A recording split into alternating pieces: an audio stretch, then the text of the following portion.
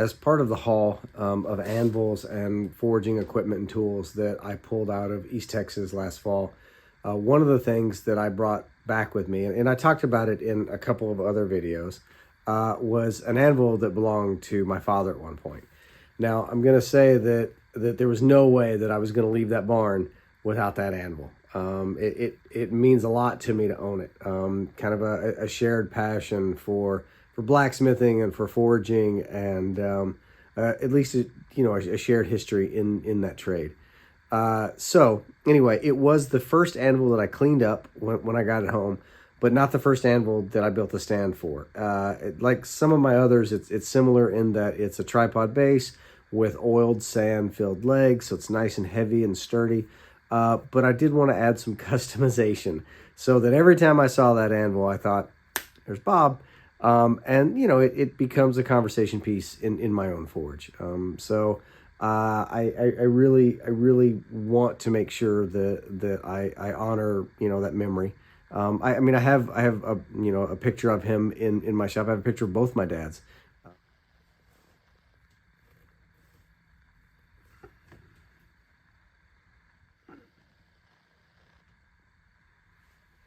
In my forge.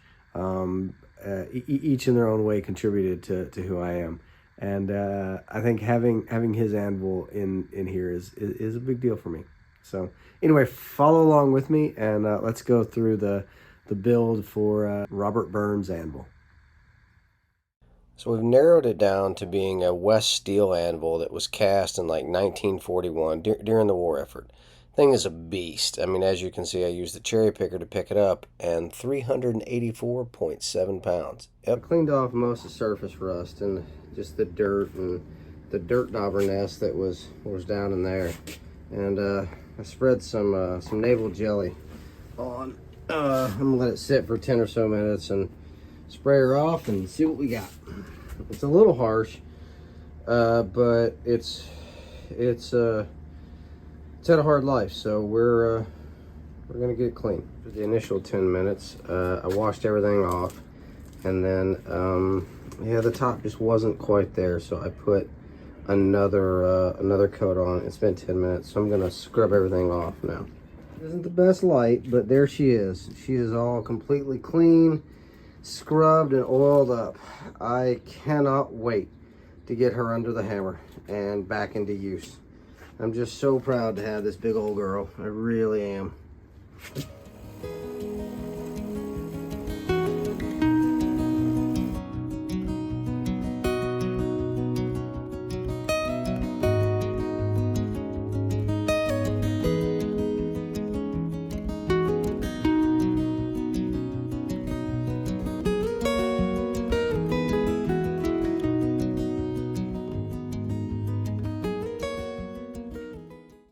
Well, I'm not unhappy with that for a quick weld right after work.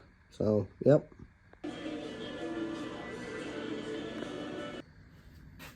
All right, not too bad for an hour after work. I'm gonna put the cross braces in next, fill it full of oiled sand, and then put my feet on. And then clean it up and get it painted.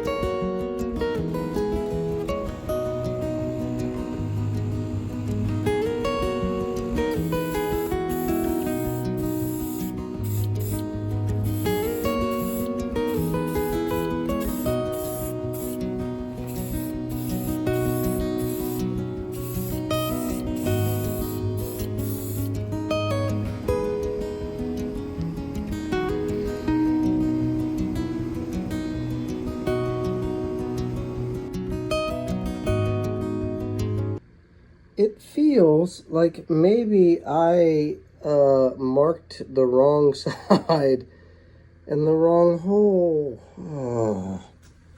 All right, well, I mean, I can re-drill that, but I might just put it in the mill and move that around. Darn it. I hate it when I do stupid shit. I guess I can actually just weld, take off the paint and weld this and then recut it. Darn it. Why do I have this piece on the mill? Well, that's because I screwed it up. I marked this and I drilled it, and then I turned it upside down when I welded the flange on it. So either I could weld it up and grind it and punch it and re-drill it, or I can just enlarge the hole a little bit with the mill bit, with a 1/2-inch mill. And I think that's going to be just as good. It's going to hold it just as tight and as solid, and it's a little bit faster, and I'd really like to get this done and I have to repaint everything. And done. Pretty happy with that. Took me less than a minute. Here's why I had to do that, and why it works, why I can have this elongated hole, right? So with it here, the bolt in, it's still going to force, you know, against the anvil. It's still going to keep it in perfect place, so no issue there. And I don't have to repaint the damn thing, so happy with that. Well, this hurts a little bit, but it has to be done. There is a seam from the original casting that I think I'm going to level up just a little bit.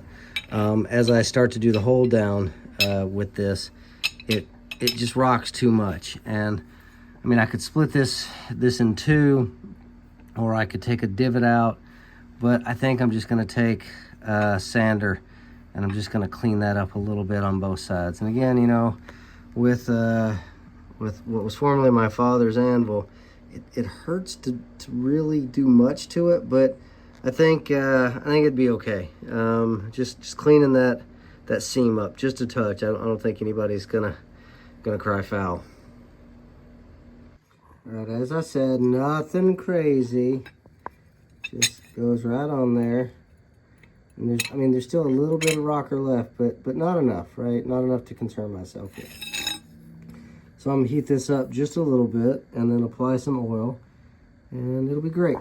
Other side was kind of the same, but not quite as much. Just a little bit on that seam.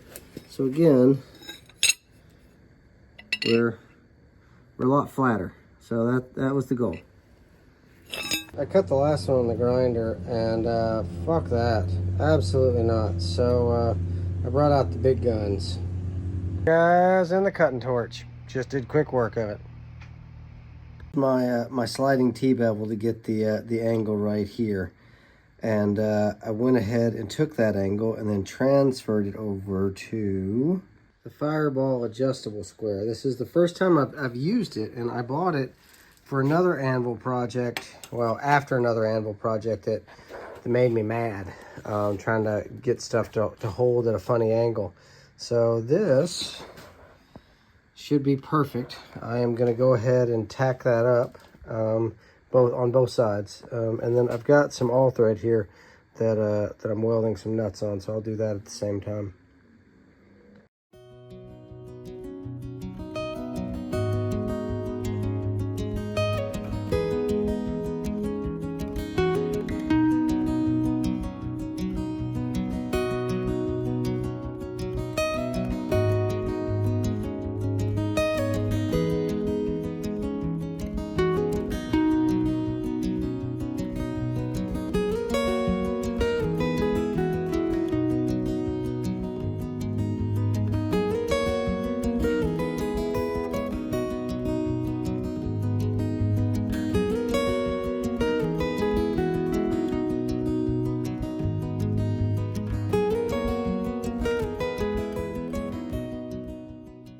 Bad timing, because I am officially out of gas.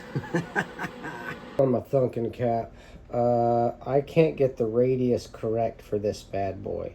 This I got, this I can't. So I put it in place and squinched it a little bit, and now I'm going to use the biggest wrench that I own to figure it out.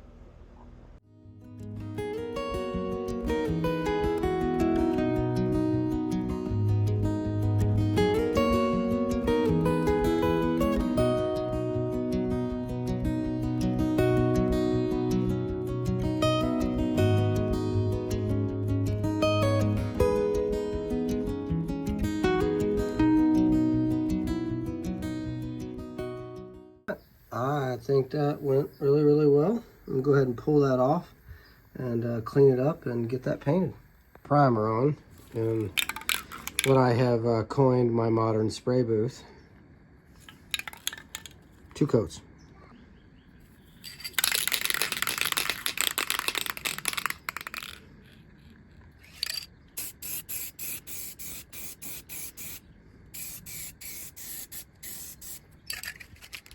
Well, this anvil sand is done, and my father's anvil is ready to go to work. It's actually going to go in the forge today, and I'm going to see if I can get some stuff done. Just put a little bit of hot iron on it and put it back in service. So I hope to use it for years and years as part of my forge, and we'll eventually pass it on to my own son.